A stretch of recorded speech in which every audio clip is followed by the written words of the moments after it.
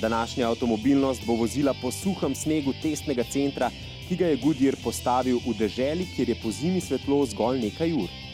Bili smo tam, ko je bilo komaj 25 stopinj Celzija.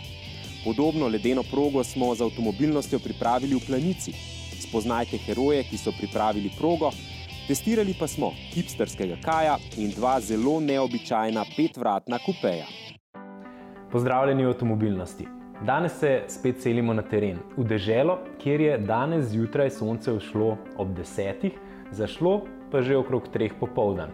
V deželo, ki svojo pokrajino in destinacijo privlači tudi mnogo slovenskih turistov, ki se radi tja zapeljejo tako z avtomotorjem kot celo z avtodomom. No, za nas in za tiste prave avtomobiliste pa je najbolj zanimiva pozimi.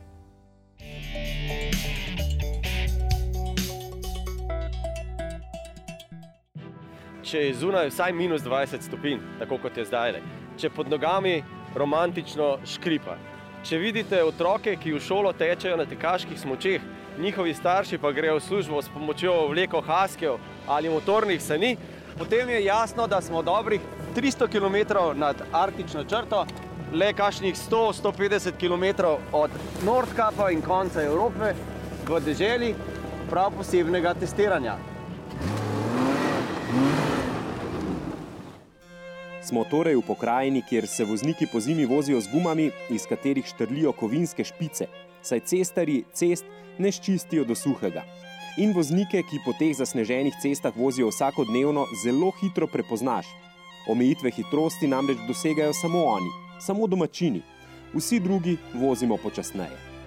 Da voznik avtobusa prehiti osebni avto, je torej nekaj povsem običajnega. Smo v pokrajini, kjer poleg običajnih asfaltnih cest poteka tudi mreža zasneženih cest namenjenih vožnji s sankami. Na njih pa veljajo enaka pravila kot na običajnih cestah. In smo v pokrajini severnih obzorij, v mestu Aurore, v mestu, kjer so avtomobili bolj ali manj vsi priključni. Običajne luči pa pogosto ne zadostujejo. In to je ustrezno okolje za raziskovalno dejavnost. Tehnološki napredek je neločljivo povezan z preizkušanjem, testiranjem. Testiranje, evaluacija pridobljenih podatkov, ponovno testiranje, primerjanje z drugimi podatki in ponovno testiranje. Zelo pomembno pa je, da so pogoji v laboratoriju skozi čim daljše časovno obdobje kar se da podobni.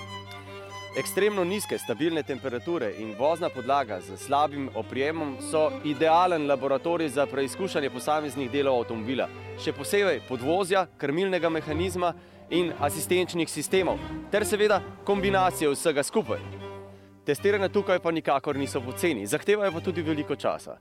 Zato tukaj najdemo le podjetja iz tehnološkega vrha. V soseščini so na primer Porsche, Audi, Volkswagen, na drugem koncu na primer Mercedes z AMG-om, ampak nikakor pa niso tukaj prisotni vsi. Še manj je tu gumarjev. Pravzaprav zgolj peščica tistih, ki sodijo v vrh inovatorjev v gumarski industriji. Med te zagotovo sodi Goodyear. Ta stik s podlago išče že 120 let. If we want to test tire, we need to find the snow. So that's why we are coming here in Ivalo, 300 kilometers north of the Arctic Circle. That's where we find between November and March the snow. We make sure to have as much as possible stable snow. That's why, for example, we are testing mainly when it's dark, because we know the light is not interfering. But what you have to know as well is that we are going as well in other locations in the Alps. Want to test the tire during summertime, but we go to the other side of the planet in the south hemisphere. So you see, we are testing winter tire throughout the year, finding the different spots to be able to test the tire. Testing the tire is actually quite boring procedure. You must constantly repeating same thing, isn't it? Yes, that's a good summary. Yes, boring. Of course, but we need to have a repeated result. I mean, we need to make sure that what is being done is done constantly the same way. If you test one tire, you test the second tire, you need to make sure you test them in the same condition. You must check the temperature, the state of the surface.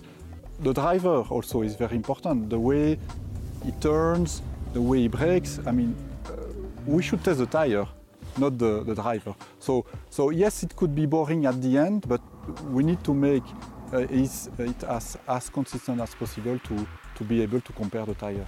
Yeah. But you get one field of measurement from instruments and the other from the driver. So there are different types of tests, and what we call in our jargon, it's objective testing, so that with equipment, and subjective testing, this is the feedback of the test driver. Objective testing, for example, the braking distance, you drive, you reach a speed, 100 km per hour, you start to brake, and then using the GPS satellite, we measure the distance. Then going to the other type of testing, the subjective, there it's more the feeling that you get in your steering wheel. So, and that you need to have a pilot which will go on the track and feel when I do an angle, do I get the feedback from the tire? We have some measurement, but anyway, the most important is the feedback of the driver, because it's not only if it turns or not, but how it turns as well. We need to have very preventive behavior, so not too much oversteering, not too much understeering, and we need to judge the balance of the car as well. We could divide into several types of testing. So the steering is how the car reacts to a small angle. How do you feel when you turn, and do you feel comfortable with the direction? Mm-hmm. And the response, probably. The response, yeah. Exactly, the center response and so on. Then there is the handling. The handling is when, for example, you have to avoid an obstacle which is in front of you. That's more to the, let's say, safety point. Then there is what we call the comfort. The comfort, this is more the vertical force. You drive on a rough road, and then you feel in your body, is it annoying or not? So we rate also the comfort. And then the fourth one is the noise. I'm sitting in the car, do I hear more or less noise? And that is rated subjectively by people. Because at the end, that's the people who are driving the tires. How you choose test driver for tires? What is the procedure? There is a test which is conducted by the responsible people. We have test drivers who can drive with them and see what they're capable of. But that's the type of profile that you do not find easily. What we see also is that there are everywhere people who like driving in rally. Those guys are in fact landing in a company like Goodyear. Really? What makes them different than other drivers? Do they have more feeling for? You need to learn it. You need to learn it. So you need to of course, if you have to have some capabilities. For example, you need to go on high speed, because we do some tests on very high speed to test the limit on when you go on a banking or in cornering. So you need to be able to go to those high speeds. Me, for example, I would not be able to do that because I don't feel comfortable. So you need to feel comfortable in those areas. And then you need to be trained. You need to follow the experienced test driver who will tell you, look at this type of what happens here, comparing the tire, comparing the vehicles, and also you learn. But that's a lot of on experience learning. There is no school that you could say, I will start and will be a test driver. Can we say that also the ordinary driver is getting something back from the tires when he drives? Clearly, the steering wheel is in fact where you feel the feedback from the tire. Because in fact, the only part which is touching the road, this is the tire. The tire captures the force, transmits it back to the driver. So that's really through the steering wheel. And if you compare, now it's difficult for a normal test driver because you drive in your car, you don't compare the tire. But if you would have the chance to do that, you would test several tires and you would say, oh, there is a difference. A spet smo pri dejstvu, da je za čutenje, kaj se dogaja z avtom, treba najprej izpolniti vsem dobro znani prvi pogoj. First of all, it's maybe all drivers need to pay attention and to be attentive all the time, and they need to check well the road, because first you see things And then for sure you need to be attentive, to be well seated, not to be like that on a car. You need to have the right upright position, and then to be attentive as well about the body movement of the car, and that's through the seat and the steering wheel. We see trend that drivers of especially SUV vehicles are overconfident when they are driving, especially in the poor weather conditions. Could you say that, let's say, one type of the car, the tires, if it is good, works the same in same type of the car or not? No. Let's take the example of one SUV. It's quite one heavy car, and let's speak about the 4x4 SUVs. Customers usually think that they have a lot of grip with 4x4 vehicle. That's right, you can accelerate usually quite easily, but then you need as well to brake and to turn. And with those kind of vehicles, it's very important to have very good tires fitted on them. The fact that the weight is higher and the center of gravity is higher, we need to take that into account. And for example, what we do is that we stiffen up a little bit the design of the tire to stiffen up, because we need to respond to the higher forces acting on the tire. If you have a heavier vehicle, if you have the center of gravity higher, the role of the car is bigger. Everybody would understand that. So the forces on the tire are bigger. So we need to have a tire which is also stronger in reacting to the forces.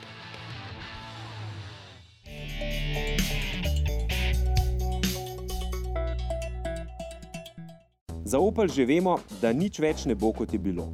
Ali jim bo pod Francozi bolje, kot jim je bilo pod Američani, je seveda težko soditi, sploh zdaj, ko so čustva razgreta zaradi številnih odpuščanj. A če lahko verjamemo, da so ta odpuščanja plod tehnih razmislekov, pa težje razumemo, zakaj je Opel spet rabil novo oblikovalsko smer.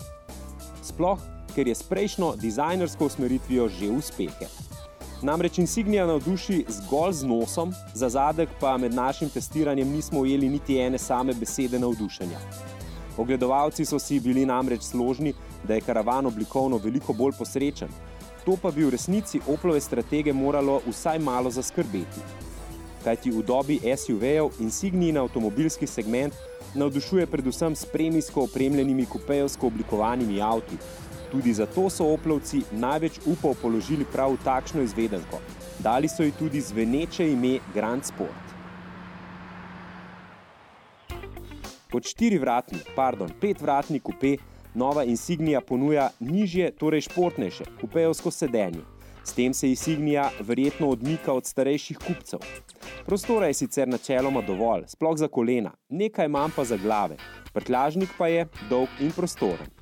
Kar se tiče vožnje, lahko rečemo, da se avto pelje zelo zanesljivo in pri visokih hitrostih neravnine pobira zelo dobro.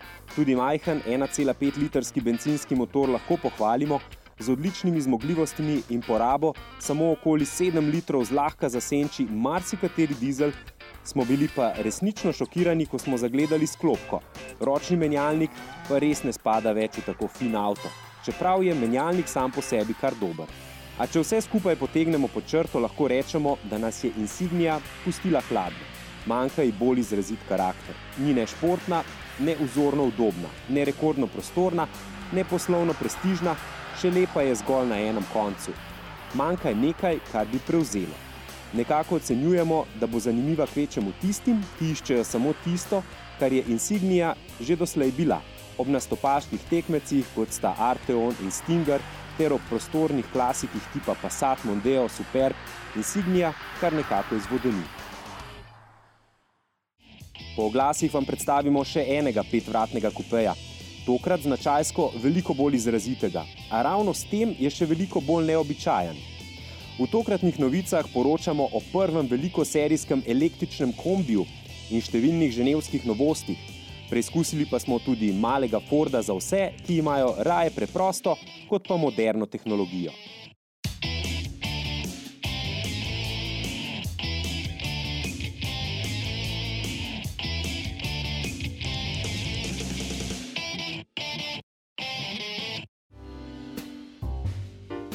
Toyota končno žanje sadove svoje četrtstoletne dejavnosti. Hibridi so namreč zdaj postali mainstream avtomobili, prodaja le-teh celo prehiteva Toyotine prodajne načrte. Seveda k temu veliko pripomore vse splošno odrekanje dizelskim motorjem in Toyota je v tem boju proti dizlom med tistimi glavnimi, ki svojo glavo nosijo na tnalu. V Italiji recimo dizle že kar nehala prodajati. In hibridi so tip pogona, ki so pri največji znamki na Japonskem alternativa dizlom številka 1. Zato, ker ponujajo čistejši bencinski izpuh, predvsem pa porabo, ki je večinoma nižja kot pri dizlih. V ta namen Prius med vožnjo čisto vsak z inercijo pridobljen džul kinetične energije shranil svojo baterijo. Zato, da z njo oskrbuje elektromotor, ki nato med pospeševanjem pomaga bencinskemu motorju, da ta deluje z minimalnim naporom in tako porablja samo nujno potreben minimum bencina. Ta koncept je skupen vsem hibridom, tudi Yarisu, Aurisu in Ravu. Prius pa je skrajna oblika Toyotinega hibrida. Poleg varčnejšega pogonskega sklopa je namreč tudi oblikovan po skrajnih principih varčne vožnje. Avto je vzorno aerodinamičen, ekstremno je nizek, vozi čisto pri tleh in nasploh je oblikovan kot kapljica. Še bolj skrajna verzija Priusa pa je Prius Plug-in. Avto je še bolj nastopaško oblikovan, a za razliko od svojih karoserijskih tekmecev ta 5-vratni kupe noče biti športen. Ta oblika je celo tako drzna, da pravzaprav zasenči ključno bistvo plug-ina. To je možnost, da 50 realnih kilometrov odpeljamo zgolj v električnem načinu, zgolj na baterijski pogon, povsem brez pitja kapljic bencina. Zadeva je seveda idealna za primestni in mestni commuting, tudi v Sloveniji bi tak pogon moral najti zares veliko število kupcev. A naj se sliši to še tako mikavno, bo številnim prtljažnik premajhen. 4 sedeži pa tudi neprimerni za marsikatere dolge noge. Prius, pa naj bo klasičen ali priključni hibrid, bo zato k tistim milijonom voznikov hibridov zagotovo vključil več bodočih kupcev hibridnega Rava. Sam po sebi pa bo ostal orodje taksistov in vseh, ki radi pokažejo svojo ekousmerjenost.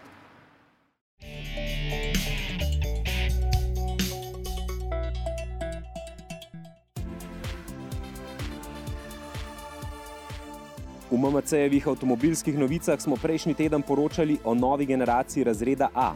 No, tokrat so Nemci predstavili novo generacijo Sprinterja. Seveda bo na voljo v številnih karoserijskih variantah, s pogoni spredaj, zadaj ali na vsa kolesa. A glavna posebnost je notranjost, z infozabavnim sistemom, enakim tistemu v A-ju, katerega posebnost je inovativno glasovno upravljanje. Prihodnje leto pa bo Sprinter kot eden prvih velikoserijskih kombijev na voljo tudi kot električni kombi. Seveda bo primeren še zlasti za mestne kurirske službe in razne hotelirske shuttle prevoze. Daimler se sicer sooča tudi s prodorom Kitajcev. Volvov lastnik Geely bi namreč rad postal največji Daimlerjev delničar. Prvi borzni napad, v katerem bi Geely kupil 5% delež po znižani ceni, so Nemci odbili. Toda analitiki pravijo, da Kitajci zagotovo še niso vrgli puške v koruzo. Škodin PR pa se je še enkrat izkazal za učinkovitega. Z mikavnimi teaser fotografijami so napovedali prenovo Fabije, a zdaj, ko je videz povsem znan, vidimo, da smo naredili neopravičen pomp. Nova Fabija je na videz zelo podobna prejšnji. Bolj realen PR prihaja iz Mazde. V Ženevi bodo namreč pokazali prenovljeno Mazdo 6 Sport kombi. Z enim stavkom, nova šestica bo zagotovo ujela tudi bogatejšo klientelo. Nekje vmes je Kia, ki je na splet poslala skico novega Ceeda. Za razliko od Škode za novega Ceeda zagotovo ne bomo rekli, da izgleda kot doslej. Novi Ceed bo namreč povzel nastopaške elemente Stingerja. Tu je Hyundai, ki bo v Ženevi pokazal prenovljenega Santa Feja.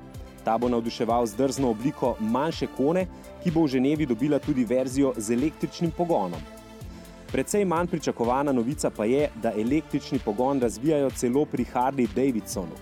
Menda iščejo manjše kupce, ki niso tako zelo navdušeni nad tresljaji dvovaljnika V oblike. In ko smo pri električnih avtomobilih, Slovaki pospešeno iščejo rešitve, kako bi svoje avtomobilske tovarne prilagodili, da bodo ustrezali novi dobi avtomobilizma. Analitiki namreč pravijo, da bodo v tej novi dobi veliko manj zanimivi. Manj zanimivi pa so že Britanci, kjer se ob političnih novicah, da je vse glasnejša struja, ki se zavzema za ponovitev referenduma o Brexitu, pojavljajo tudi avtomobilski direktorji. Nazadnje so se skupno izjavo oglasili Japonci Nissan, Honda in Toyota. Peugeot je v 308 začel ponujati tudi samodejni menjalnik z 8 stopnjami. Peugeotov francoski kolega André Citroën pa bi letos praznoval 140. rojstni dan. Toyota se je pohvalila, da je lansko leto prodala 1,52 milijona hibridov. S tem je precej prehitela svoje cilje. Tako visoko letno prodajo si je namreč obetala šele leta 2020. So pa s Priusom izpadli iz seznama avtomobilov, ki so oproščeni plačila cestnine za vožnje po strogem centru Londona. Razlog je višji podatek o emisijah CO2 v primeru uporabe 17-palčnih platišč. Po novem merjenju v realnem prometu takšni Priusi v zrak spuščajo več od dovoljenih 75 gramov CO2 na kilometer. In očitno smo v času, ko avtomobilske znamke denar nabirajo tudi v butičnih izdelkih, ne zgolj v serijah. Jaguar bo izdelal namreč 25 modernih replik svojega slavnega D-Typa po ceni 1,1 milijona evrov. Prav toliko pa naj bi na svet pripeljalo modernih verzij slavne rally specialke Lancia Stratos. Avto so po željah nemškega milijarderja Michaela Stošeka zrisali pri Pininfarini, kar je zanimivo, ker so original oblikovali pri Bertoneju. In tu so novice vezane na car sharing. Renault, Nissan in Ford so sklenili partnerstvo v ponujanju car sharinga na Kitajskem. Aplikacija Free2Move, ki združuje ponudbo številnih različnih ponudnikov car sharinga in ga finančno podpira francoski PSA, pa je sprejela že 600 000 uporabnika. In potem je tu Uberov največji tekmec Lyft, ta je začel svoje dejavnosti izvajati tudi v Berlinu. Tokratne tedenske MMC-jeve avtomobilske novice zaključujemo z vestjo, da so po zgledu Fieste Active tudi malemu Kaju nadeli SUV-evsko opravo. Ta preprosti malček torej noče biti zgolj preprost, hoče biti tudi trendovsko-šminkerski. To potrjuje tudi nastopaško živa rumena barva testnega primerka. Poglejte.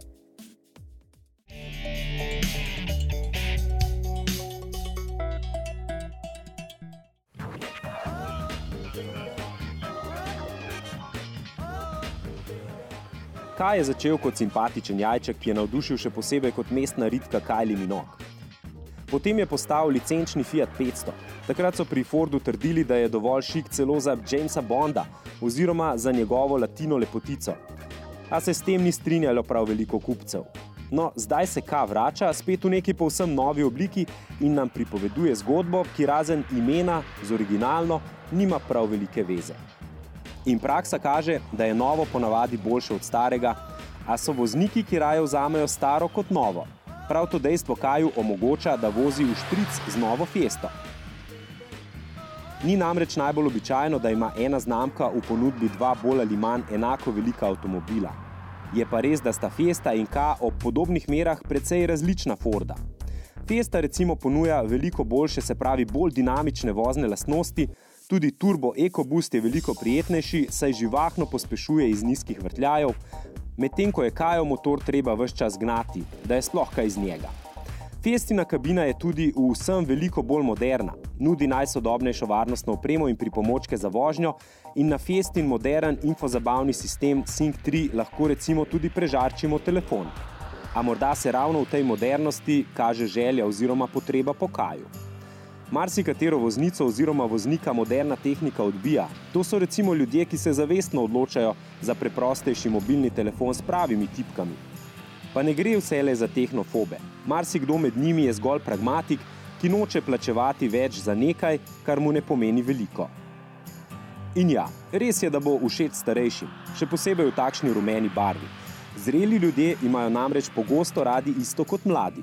A menimo, da bi ga utegnil kupiti tudi kakšen hipster, ki bi s takšno izbiro kljuboval moderni SUV euforiji.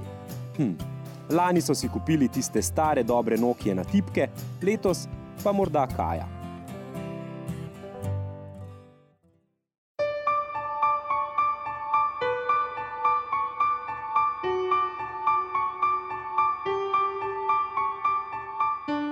Iz Finske pa v Planico, v deželo, kjer imamo 24 gastronomskih pokrajin in v kateri znamo uživati v hrani toliko, da rečemo, da gre tudi ljubezen skozi želodec. In v vozniških užitkih se najbolje uživa v restavraciji, kjer je dobro zasneženo. Zato smo prišli v Planico, kjer so doma mojstri, ki naredijo najboljšo snežno podlago za to, da lahko tam uživamo v čutilih vozniške dinamike. Spoznajte jih. Že v decembru, namesto da bi to parkirišče splužili, smo sneg utrdili s teptalnim strojem in nekoliko zalili z vodo, zato da bi dobili ledeno podlago. Seveda, zaradi odjuge smo vso stvar ponovili 3-krat v 3. grado in nam je uspelo.